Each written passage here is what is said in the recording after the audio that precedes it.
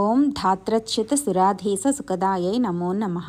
బ్రహ్మ అచ్యుతుడు అంటే విష్ణువు, సురాధీసుడు అంటే దేవతల రాజైన ఇంద్రుడు మొదలైన వారికి సంతోషాన్ని ప్రసాదించే శ్రీలలితకు నమస్కారములని అర్థం అండి. ఈ నామాన్ని బట్టి ఇది సాధారణమర్థమైతే బ్రహ్మ, ఉపేంద్ర, మహేంద్రాది మొదలైన సకల దేవతలు అమ్మవారి పాదాలను చేరి సుఖ సంతోషాలు పొందగలుగుతున్నారు అని అర్థమండి. అంటే మనలాంటి వారు ఇంకెంత సాధన చెయ్యాలో కదా.